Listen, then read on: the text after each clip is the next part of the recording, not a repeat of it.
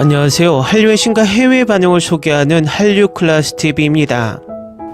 오늘은 한류는 2025년에도 계속 인기를 끌고 있다는 통계를 살펴보고 왜 미국의 글로벌 OTT들이 K-드라마를 이용하는 한편 경계하고 있는가에 대해 분석해드리겠습니다.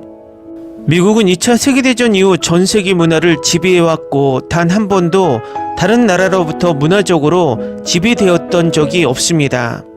간혹 타 문화가 일시적으로 유행한 적은 있지만 모든 것은 미국의 컨텐츠 내에서 유행했습니다. 팝, 미국 드라마, 영화 시장 내에서 다른 문화가 섞여서 유행한 적이 전부입니다.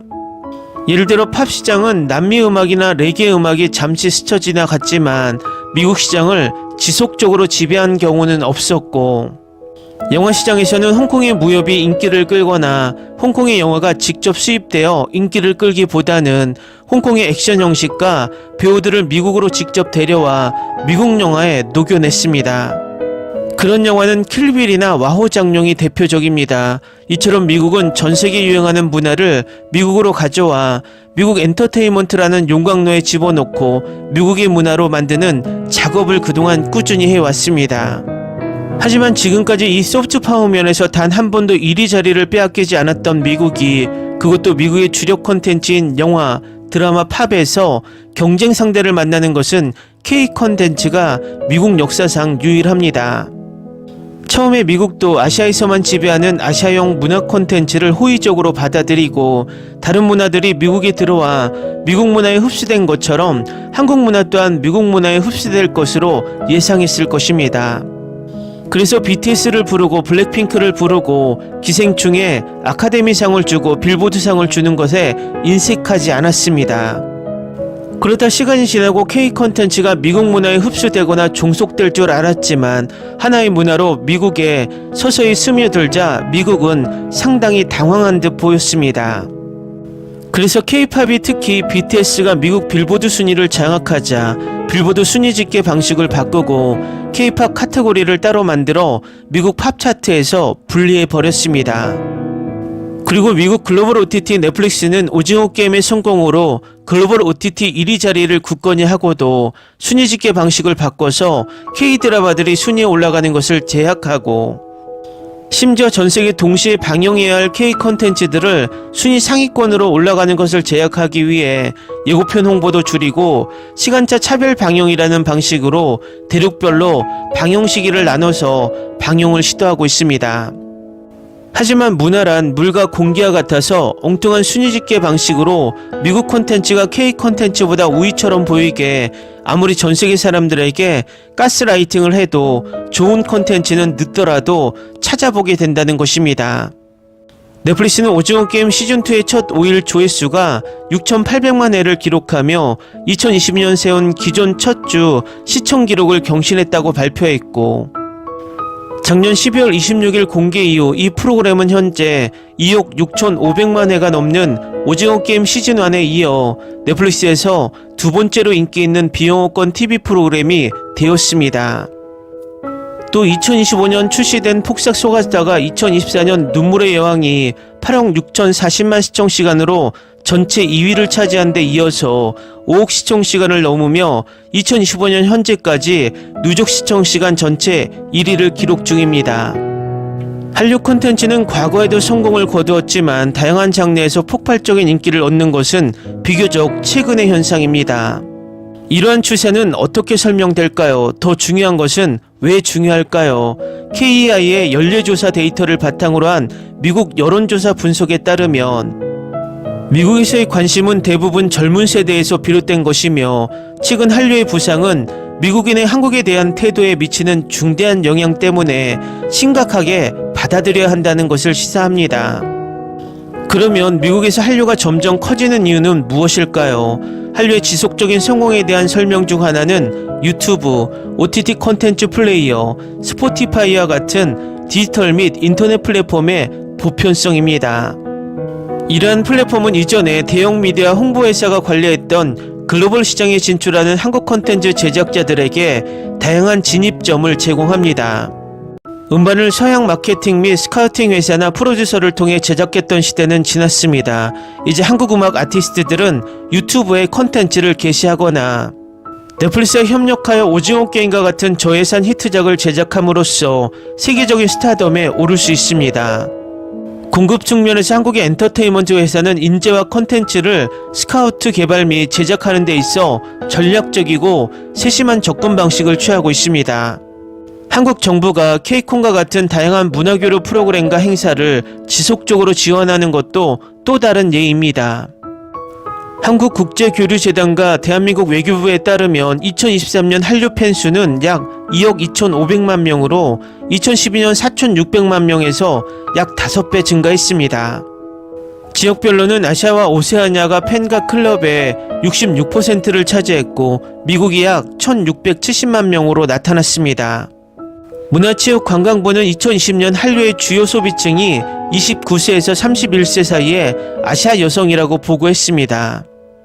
KEI가 2024년 미국 대중을 대상으로 실시한 연례조사를 살펴보면 한류 콘텐츠 소비와 성별, 지역, 결혼 여부, 소득 또는 교육 사이에 강력한 상관관계가 있다는 증거는 발견되지 않습니다. 그러나 연령과 모든 콘텐츠 장르 간에는 강력한 상관관계가 있습니다. 다양한 콘텐츠 모드에서 연령에 대한 로짓 회귀 개수는 음수이고 0에서 2 표준 편차 이상 떨어져 있습니다. 즉 젊은 세대일수록 한국 TV 프로그램, 대중음악, 영화에 더 관심을 갖는 경향이 있었습니다. 도시 거주 여부, 교육, 이념적 성향, 정치적 성향도 한류에 대한 관심과 관련이 있을 수 있다는 증거도 있습니다.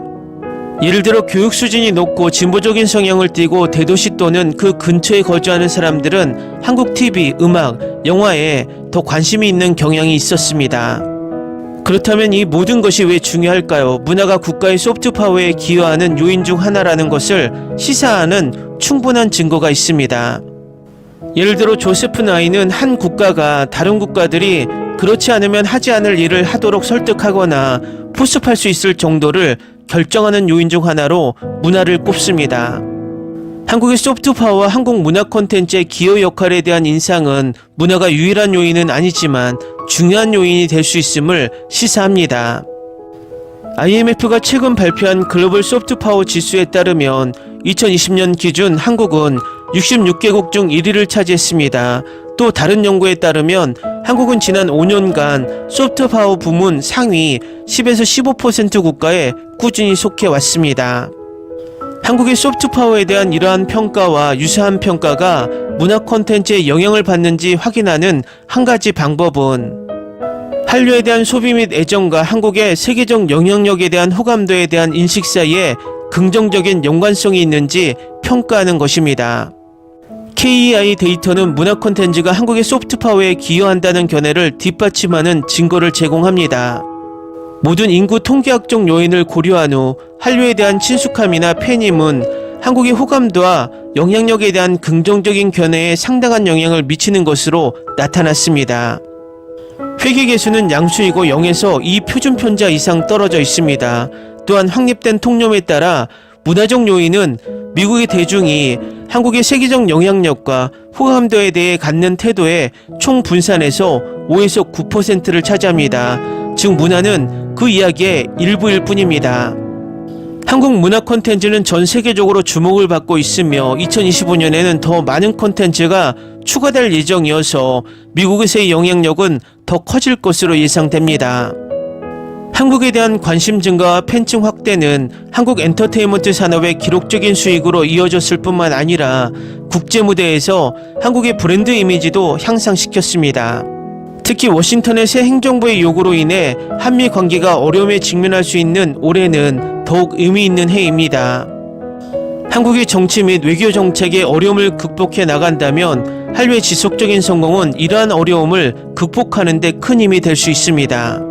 중국 젊은이들이 한류에 빠지자 한한령을 내려서 한국 콘텐츠를 막고 있지만 중국 젊은이들은 오히려 음성적인 방법으로 한국 콘텐츠를 더 많이 몰래 듣고 보면서 한류에 더 깊이 빠지고 있습니다.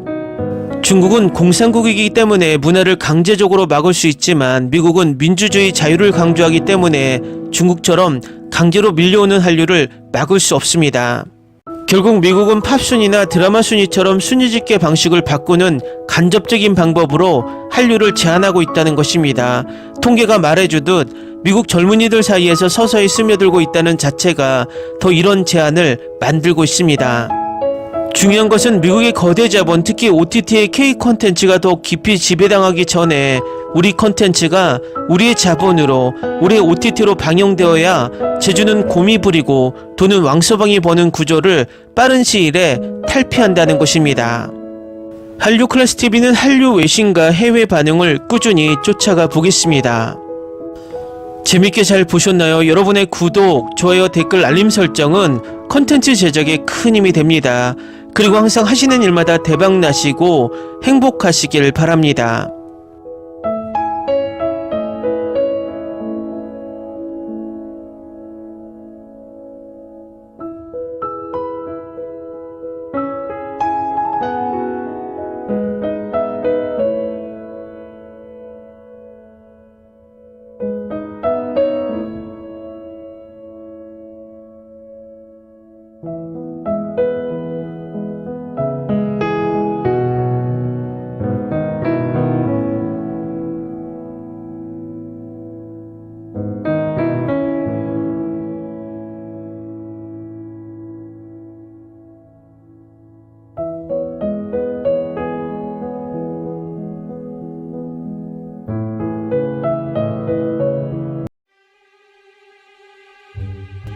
Ni se te ocurra.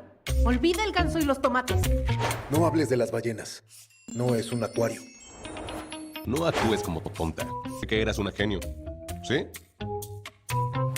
No vayas a presumir, a la gente no le gusta eso. Y no digas cosas sin sentido. Y bueno, ¿terminamos? Hasta pronto. Abogada, tengo mucha curiosidad por conocerla.